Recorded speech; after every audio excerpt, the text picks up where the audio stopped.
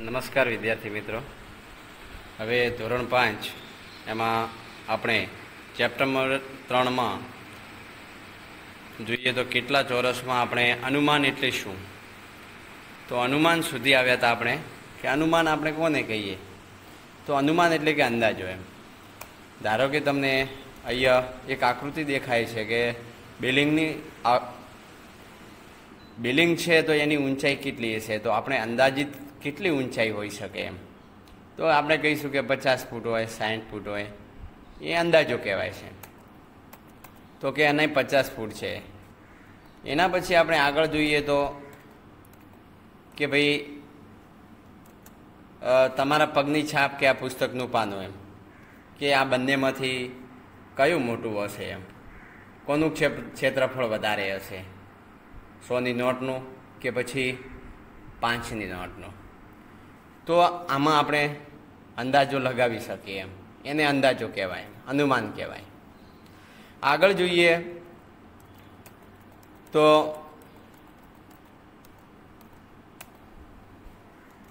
હવે આ બંનેના હાથ છે કે મારો હાથ કેટલો લાંબો, તમારી અને તમારા મિત્રની અથડીમાં કોની અથડી મોટી છે. તો આપણે એને માપો તો એનું પરફેક્ટ માપ આવી શકે. મિત્રો આપણે જો એનો માત્ર અનુમાન કરીએ તો અંદાજિત આપણે જવાબ આપી શકીએ કે ભાઈ છોકરીનો હાથ મોટો છે કે છોકરાનો. એમ તો આપણને દેખાય છે કે છોકરીનો હાથ નાનો છે અને છોકરાઓનો મોટો છે.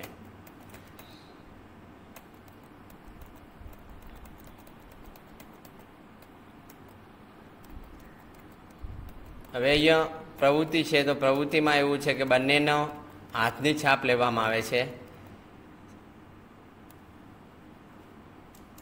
તો આખા ચોરસની સંખ્યા છે 9. આખા ચોરસમાં 9 ચોરસ છે. એમ હવે આમાં મિત્રો આપણે કે એનું ક્ષેત્રફળ કેટલું થાય છે, તો એનું ક્ષેત્રફળ ચોક્કસ આપણે જાણવા માટે એને આલેખપત્રક અથવા ચોરસ ખાના હોય 1 સેન્ટીમીટરના, તો એના ઉપર આપણે મૂકીએ તો આપણને એનો પરફેક્ટ માપ મળી શકે. તો સૌથી પહેલાં તો આપણે આમાં એનું ક્ષેત્રફળ શોધવા માટે આપણે શું કરવું પડે, તો પહેલાં તો સૌથી પહેલાં આપણે પૂરા ખાના ગણી લેવાના કે ભાઈ પૂરા ખાના કેટલા છે. એના પછી અધૂરા ખાના કેટલા છે, કે એટલે કે આખાથી અડધા કેટલા છે એમ. અને એના પછી અડધાથી વધારે, તો અડધાથી જે વધારે છે એને આપણે પૂરું ગણીએ છીએ. તો એ રીતે આપણે આનું ક્ષેત્રફળ શોધી શકીશું. તો મિત્રો જોઈએ કે બંનેમાં આખા ચોરસની સંખ્યા 9 છે અને આખા ચોરસ 9 ચોરસ એમ. એના પછી આકૃતિ 2માં જોઈએ તો આખો ચોરસની સંખ્યા 18 છે અને મિત્રની અથણીનું માપ 18 ચોરસ સેમી થાય છે. તો આ બંનેમાંથી આપણે એને આલેખપત્રકમાં મૂકીએ તો આપણને પરફેક્ટ ખબર પડે કે એનું ક્ષેત્રફળ કેટલું, અને અનુમાનથી આપણે અંદાજિત એનો જવાબ આપી શકીએ છીએ, પરફેક્ટ જવાબ આપી શકતા નથી. હવે આગળ જોઈએ તો એની પગની છાપ જોઈ શકાય. અમે તમારી અને તમારા મિત્ર પગની છાપમાંથી કોના પગની છાપ મોટી છે. તો આને પણ આપણે બંનેનું ક્ષેત્રફળ શોધવું હોય તો આ બંનેને આપણે આલેખપત્રક ઉપર મૂકીશું તો આપણને પરફેક્ટ એની માપ મળી શકશે એમ. હવે અહીંયા પ્રવૃત્તિ આપી છે કે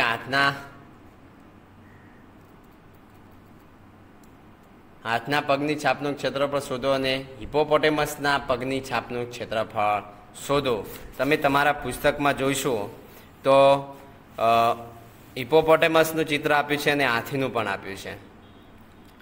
તો કે આપણે જોઈએ કે હિપોપોટેમસ જોઈએ તો એનો મારી ચામડીમાં ઘણી જ ગળીઓ છે જેથી મારું ક્ષેત્રફળ વધારે છે. આ રીતે હવા મારા આખા શરીરને ઠંડુ રાખે છે. આપણે જોઈએ કે એ હિપોપોટેમસ વિશે થોડી માહિતી આપેલી છે.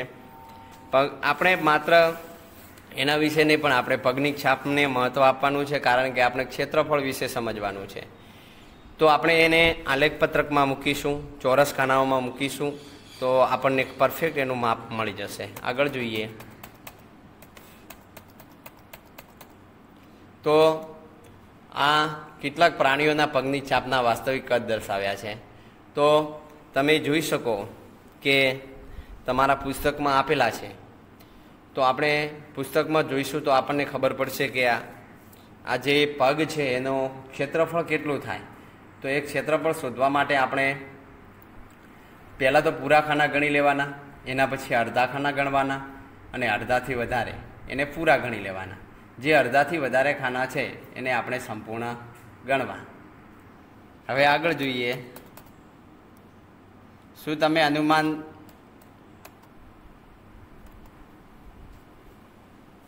તો મિત્રો અહીંયા મરઘીના પગની છાપનું ક્ષેત્રફળ અનુમાનથી 3 ચોરસ સેમી છે.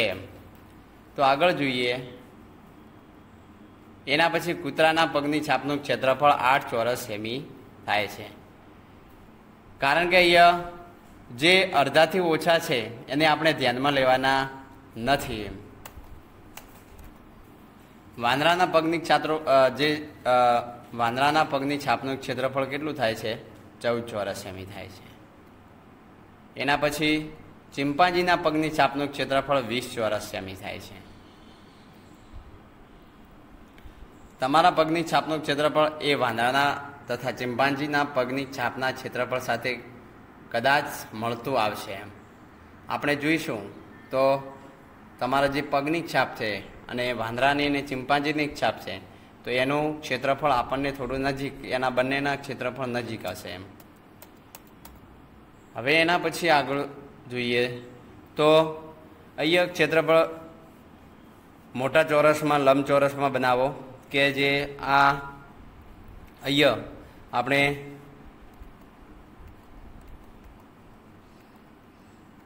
તો આમાં સૌથી પહેલાં તો શું તમે કહી શકશો કે તેના પગની છાપનું ક્ષેત્રફળ કેટલા ચોરસ સેમી છે એમ? તો સૌથી પહેલાં આપણે પૂરા ખાના ગણી લેવાના, એના પછી અડધા ખાના અને અડધાથી વધારે. તો આપણે એ જોઈ શકીએ કે આખા ચોરસ ગણતા 31 ચોરસ સેમી એનું ક્ષેત્રફળ થાય છે. વાઘના પગની છાપનું ક્ષેત્રફળ કેટલું થાય છે? 31 ચોરસ સેમી થાય છે. આગળ જોઈએ. શું તમે કહી શકશો?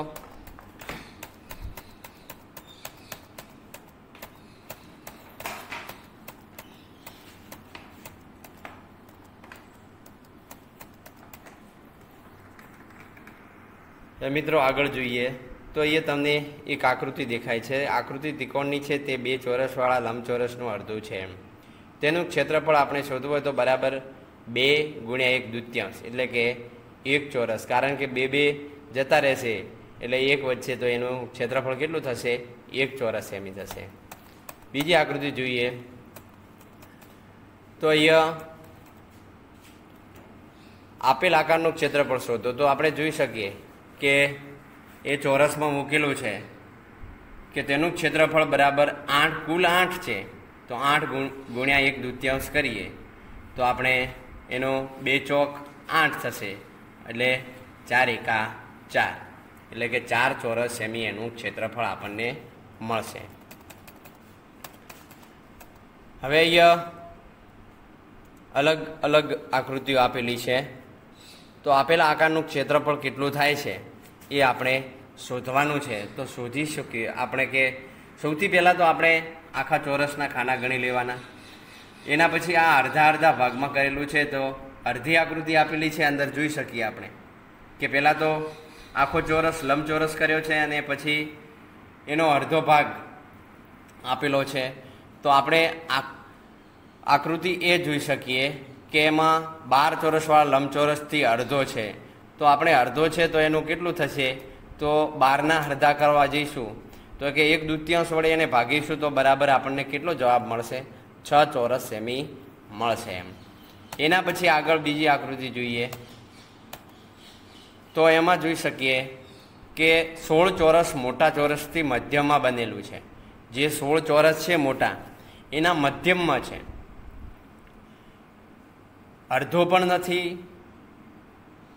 મધ્યમ છે. એટલે કે અડધા અડધા બધા જે 16 ખાના છે એમાં 16 ખાના પૂરા છે પણ આકૃતિ એ 16 ખાનાની અંદર બનેલી છે. તો આગળ જોઈએ તો કે 4 આખા ખાના છે તથા બાકીના 12 ખાનામાંથી અડધા ખાના રોકે છે.